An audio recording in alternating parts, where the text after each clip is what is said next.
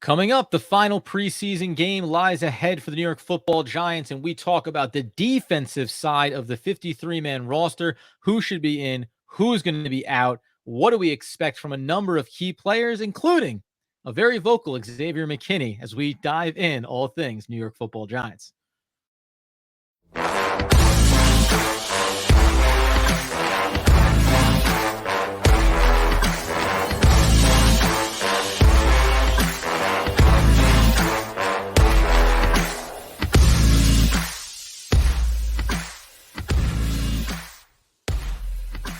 Yes, sir. It's OGP, the One Giant Podcast, where we are your host over here, Adam Armbrecht, breaking down the Brooklyn Nets on the Locked On Nets podcast with Doug Norrie and your New Jersey Devils on the Devils Puck Luck podcast with Danny McDonough.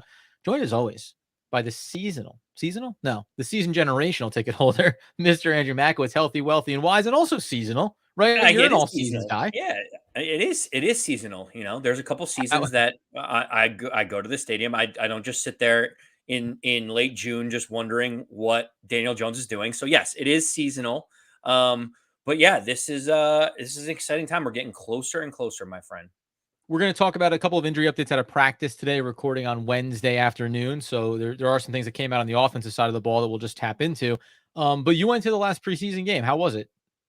It was good. I mean, the crowd was at about 30 to 40% capacity, but that's expected to be for a game. Beautiful, 74 degrees and sunny. And let me tell you, watching that first opening 10-play 75-yard drive from Daniel Jones was just a chef's kiss to start off, a good preseason game. Are you going to try to go into the Aaron Rodgers premiere? I mean, that's now a hot ticket event. I am not interested in Aaron Rodgers and the Jets. I'm interested in the Giants. The Giants are unlikely to play their starters, but that doesn't mean the game doesn't have intrigue. Obviously, there's so many position battles up for grabs. Social media, Giants Twitter especially, is really trying to flesh out who's going to be on this roster when cut day comes in less than a week, Adam. I'm getting quite adamant about certain things. And we already talked about, you can go watch our episode on the offensive side of the ball, where like if Cole Beasley makes the roster, I'm going to have a problem. There's just things that are building inside of me irrationally, but it's happening. Quick injury note here out of practice today. Tight end Sweeney had what is being referred to, Jordan Renan reporting it and others around the Giants, a quote medical event, and is under the care of medical professionals in the Giants athletic training room. He's stable, alert, and conversant. He had, from all accounts, he was on the sidelines, ended up with his shirt off, being attended to. Dable, Joe Shane, like there before he got carted off. These things seem to pop up a little bit more frequently in the last few years, like medical events, as opposed to just, an ankle, whatever it may be. Not particularly hot, so you're not thinking about like heat stroke or anything. But hopefully he's okay. No more information, but it was a weird, concerning thing that happens when it's like a player not doing anything athletic, having something like this happen.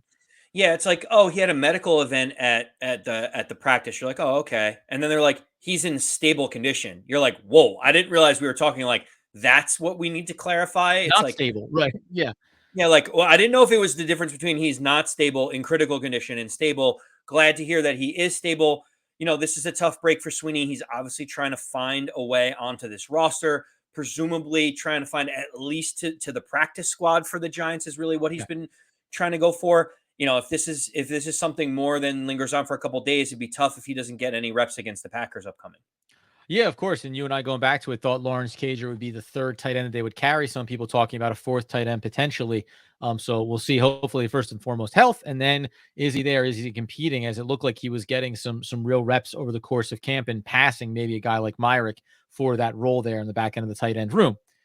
We turn our attention then over to the defensive side of the ball. There's a few different notes that we want to get to here. Obviously, we've talked about before. It's coming into, this has clearly been crystallized. It's going to be Deonte Banks. It's going to be Tre Hawkins. And then it's going to be Adoree Jackson playing in the slot.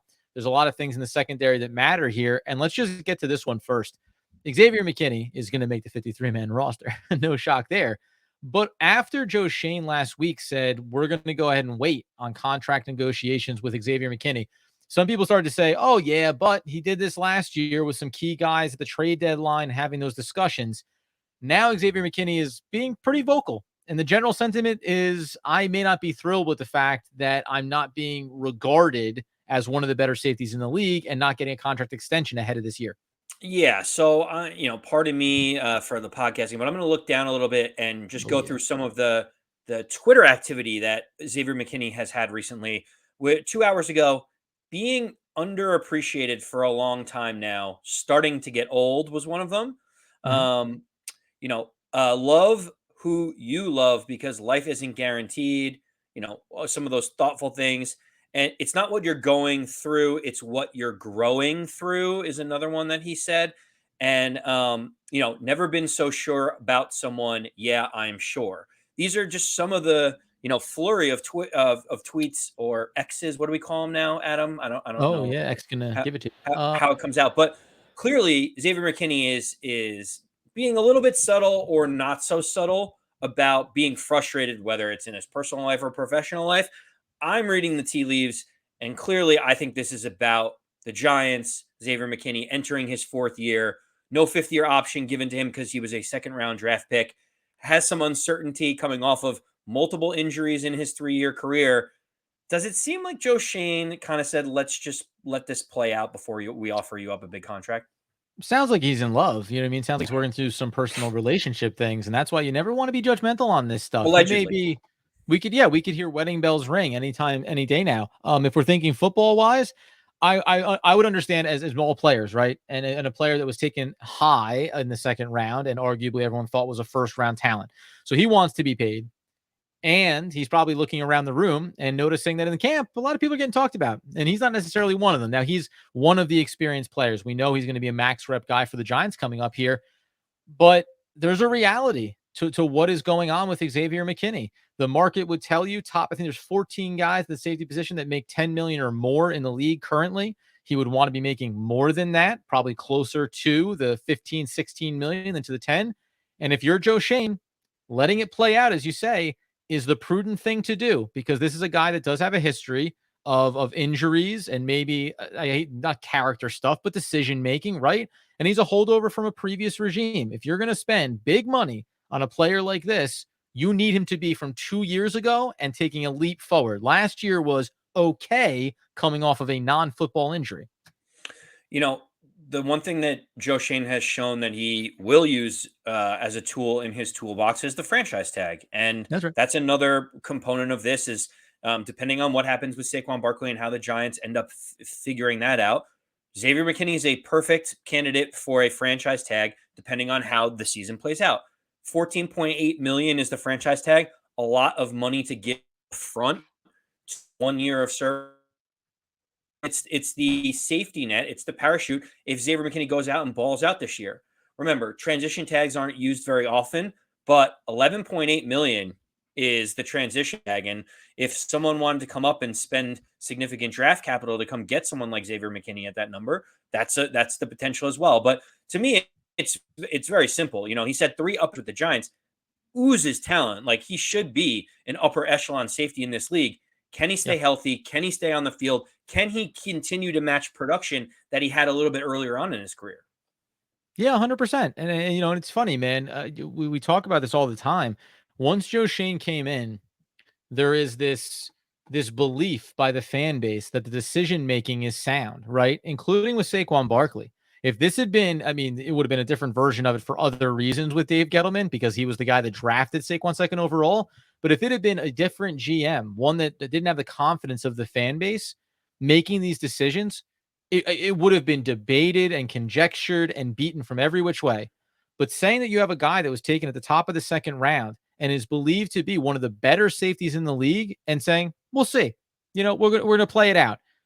There's not even a thought about it. Like it's not even really questioned because the idea is, yeah, remember, there's other players and other positions on this roster that you're going to have to start thinking about paying to eventually. So as all those contracts come due, you can't afford, as we've seen from GMs past, to allocate money in free agency or otherwise to a position or to a player and say, oh no, unfortunately, we can't make this decision. And just quickly on your point, the transition tag could be very attractive. We don't want to get too in the weeds on off-season stuff next year. That's a very attractive option, I think, for the Giants, where somebody wants to come get him, you make something, and if nobody comes for him, you give yourself an extra $2.5 million to work with, because north of 14 on a franchise tag, I think, is too rich for the Giants to be spending, barring what we would love to see, an absolute elite level season from Xavier McKinney in the safety position.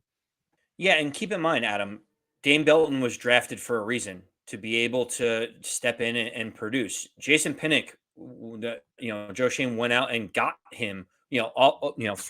Formerly of the Jets.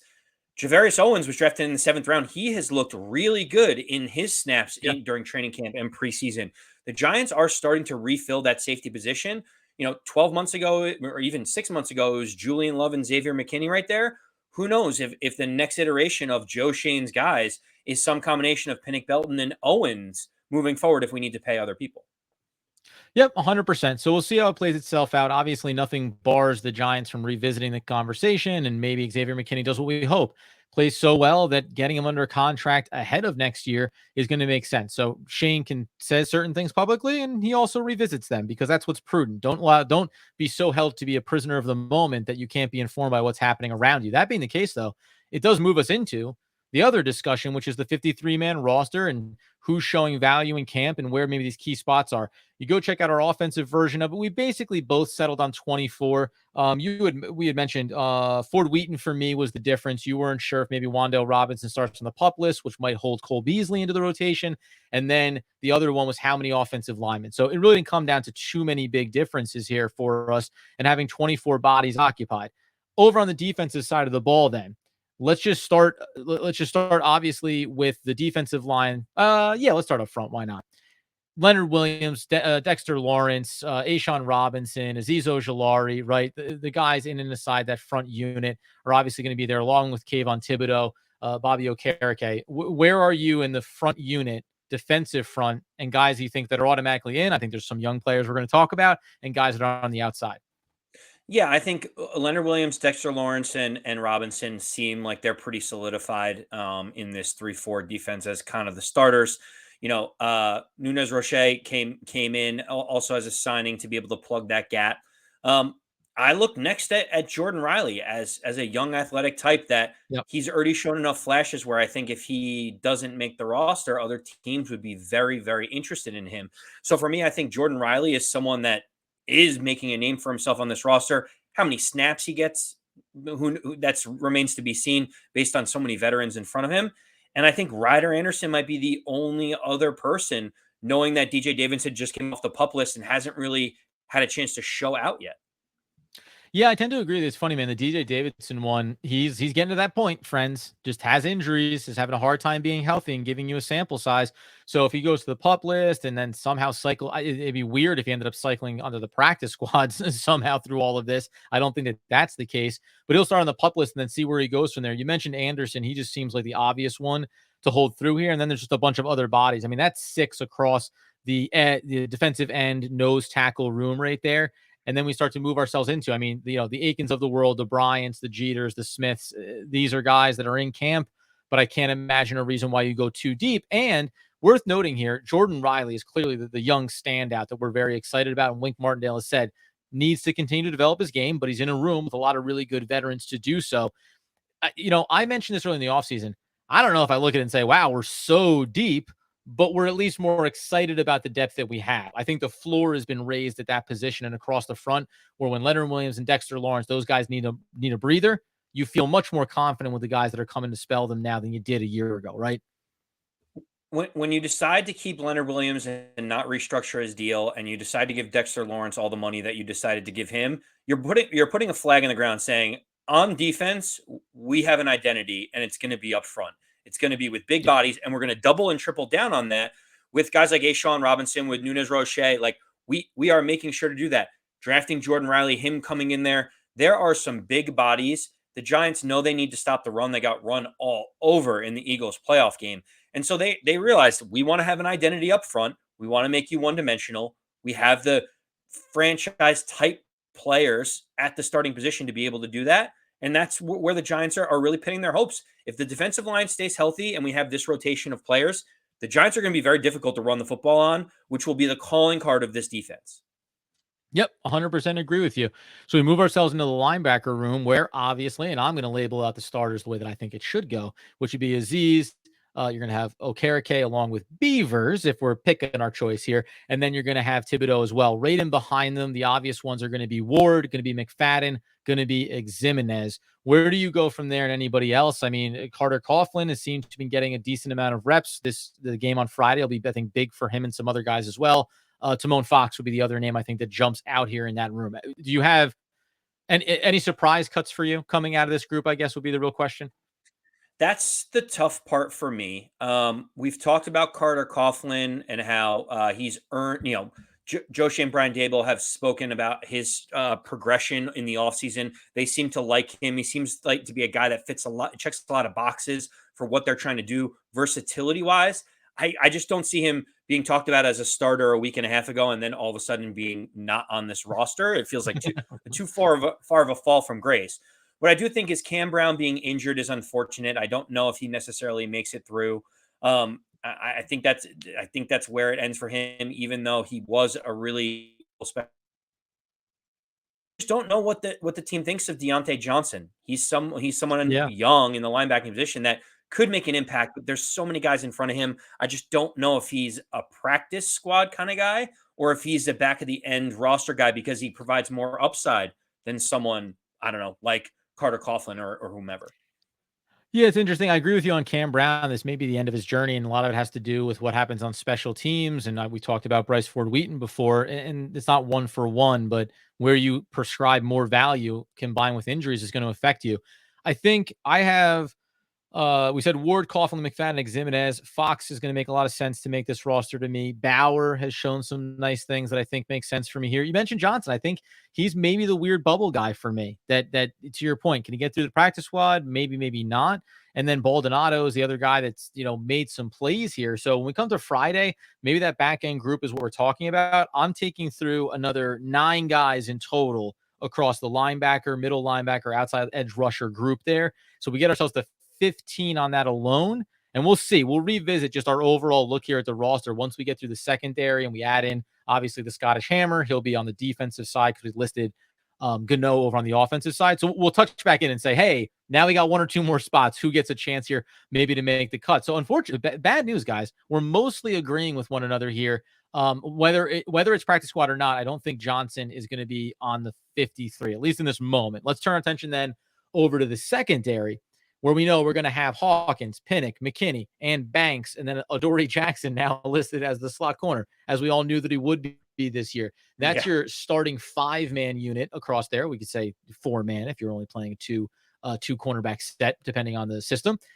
Where do you go when you look inside the bevy of names? There is far more names listed here in the secondary than I think there will be in another week.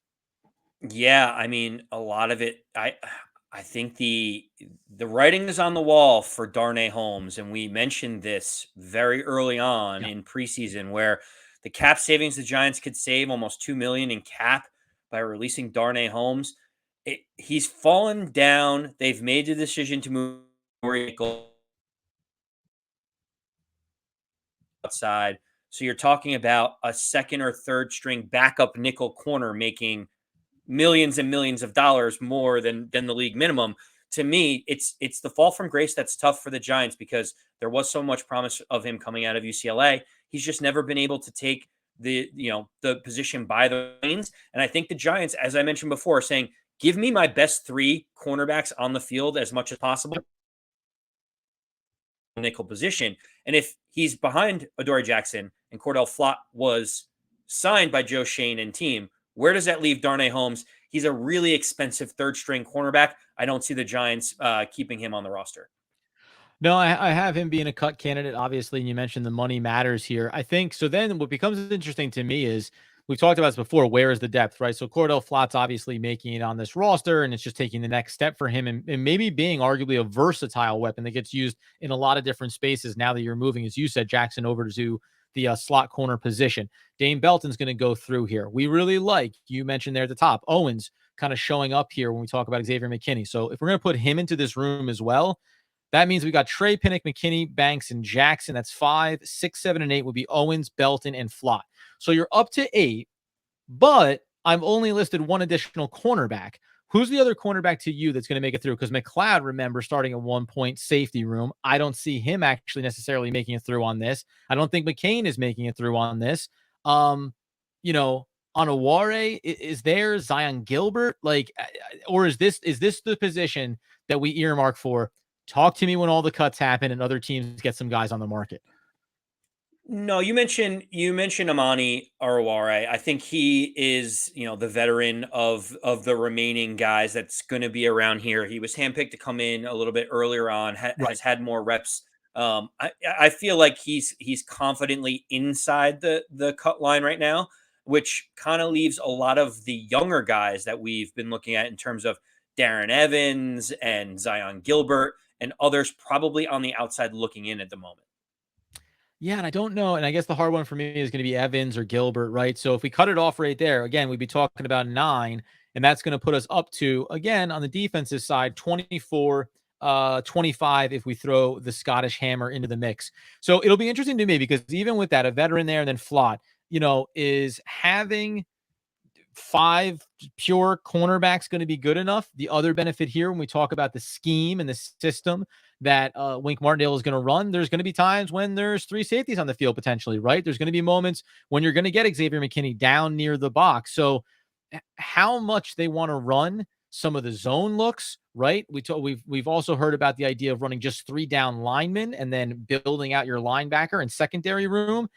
That really dictates a lot to me about maybe some potential cuts in other areas and making sure you keep enough depth here and then look at the market. Well, keep in mind, Aaron Robinson has been on the pup list. He had an injury from last season. I Yep. think the Yeah. Giants try to keep him on the pup list through Tuesday, which is the time where you have to remove them from the pup list. It would mean that he would miss the first 4 games, but it would give the Giants a little bit of reinforcement to know that you can't have just 5 cornerbacks. You probably need an additional one in there. But you did mention, obviously, that the safety position and the cornerback position is kind of looked at position Martindale system. I won't say entirely, but yeah, for me, you got to have at least 6. I think Aaron Robinson goes on the pup list to give us a little bit of backdrop. But yeah, there's a question on who's going to be that last person in. Maybe Darnay Holmes does sneak in because he has experience, but I think at this point, if he's fallen that far down the depth chart, wouldn't you rather give a younger guy an opportunity to learn and grow to see if he can maybe leapfrog where Yeah. Darnay Holmes is right now, 3 years in? I think so. And again, the roster spot alone is just, I'll take a shot. I mean, I don't take a shot. I'll go pick up an experienced player that we think is raising that floor of the depth of that position. But, if they can afford to keep the money, maybe Darnay Holmes is a guy that you and I collectively are underselling the willingness of the organization to say, hey, one more shot. But if it comes down to dollars and cents, we talked about this offensively, like on a Matt Breida for different reasons, right? Veteran guy, but what do you need to keep him for if he's only going to touch the ball 1 time a game and then never be looked at? So I think that's the balancing act that we'll see the same way with Darnay Holmes. If we're sitting here at 49 total, then across both of ours, and we can add into that. We did put in our adding, like, Ford Wheaton for me was a special teamer. Gray was going to be a special teamer as well. Got to have a long snapper in here.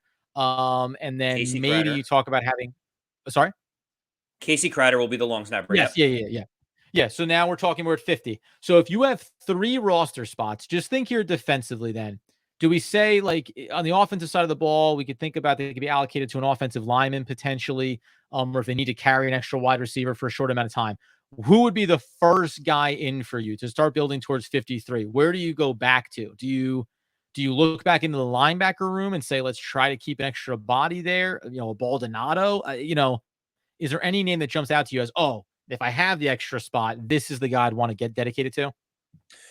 It's tough. We talk about the depth in the wide receiver room. I feel still like if a guy like Colin Johnson doesn't make it, but shows that he's back and has a That's a good good game one. against the Packers, someone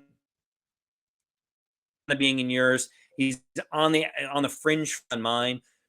Either him or Bryce Ford Wheaton or Colin Johnson is one that I would probably pick one of those two to be able to make the roster. So for me, I go to the wide receiver position because I feel like we have a lot of talent spread across, and I don't want to see it go elsewhere.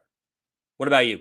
Yeah, and I would look even at Zion Gilbert. I know some reps look good, some reps look bad, but I've seen enough good reps that I think there's still something there. And maybe if we're talking about just being in that secondary and saying Are we going to move on from Darnay Holmes? Let's keep around one guy, at least in the short term. And then remember, we're talking about maybe breaking down this roster and saying, this is where you look for other players to get cut from other teams, and you get to bring them into the fold, and it doesn't cost you anything, right? So who knows who's going to be there in the short term through the cut down day potentially, but then automatically they're earmarked to roll out and then roll in 3 new players. And I think for me, that is at the end of the day, that's what I'm looking at right now. If it's me, I think that we're talking about a team that has 3 outside hires coming in the door, right? Offensive line, secondary, could be linebacker. You're talking about now players that we'd like to see get through that are in-house, like a Colin Johnson. But I think there's 3 probably spots across this roster you could point to and say, yeah, I'd like to see somebody from outside what we currently have fill out from 50 to 53. Yeah, I mean, as we said at the end of the day, there's probably only 3 or 4 real roster spots that are open right now, Adam. Like as you go through it, you're like, oh, this guy surely has to be there. It seems like there's a lot of questions in the wide receiver room, as we mentioned. Back room with Darnay Holmes being a huge question mark, and really what the Giants are going to do at linebacker. It feels like that there's going a tipping of the scale. And so for me, those are the 3 things that I'm going to be looking for as we come up to Tuesday. Yeah, and especially in the linebacker room, is a veteran. Is a veteran just the answer here to make sure that you feel comfortable with a guy coming off injury in Darian Beavers, a second-year player in McFadden, Coughlin, who's been around, but what is it, right? So I think there's a lot of questions there just in terms of having stability. We'll see how it unfolds, man. The good news is on a Wednesday, we're 2 days away, excuse me, from the final preseason game. We won't see the starters, but we'll see all of this. All of the key position battles are what we're going to be looking for here. And to me, everybody, offensively and defensively, that we mentioned, these are guys that can make or break their roster spot based on performance. I think the coaching staff looks at everything you do during camp, everything you're doing in practice, and then says, can you take this and apply it over to game day? That means that you are a guy that deserves to be here, especially if you're one of the younger dudes. So you get over to YouTube and you subscribe. You share it with your friends and family. Tell them that we're having a good time talking New York Football Giants. You get over to Twitter at Adam Armbrecht, at AndyMac214, at One Giant Podcast. Support the show, man. We're having a lot of fun. We're ramping up going towards the season, and it's really going to come down to big performers. And that's what we'll break down after we take a look at that Friday night game, who gets cut next week, and who makes their way to Dallas. Until next time, my friends, as Andrew Makowitz would want, need, and nay demand the people know. As always, let's go Big Blue.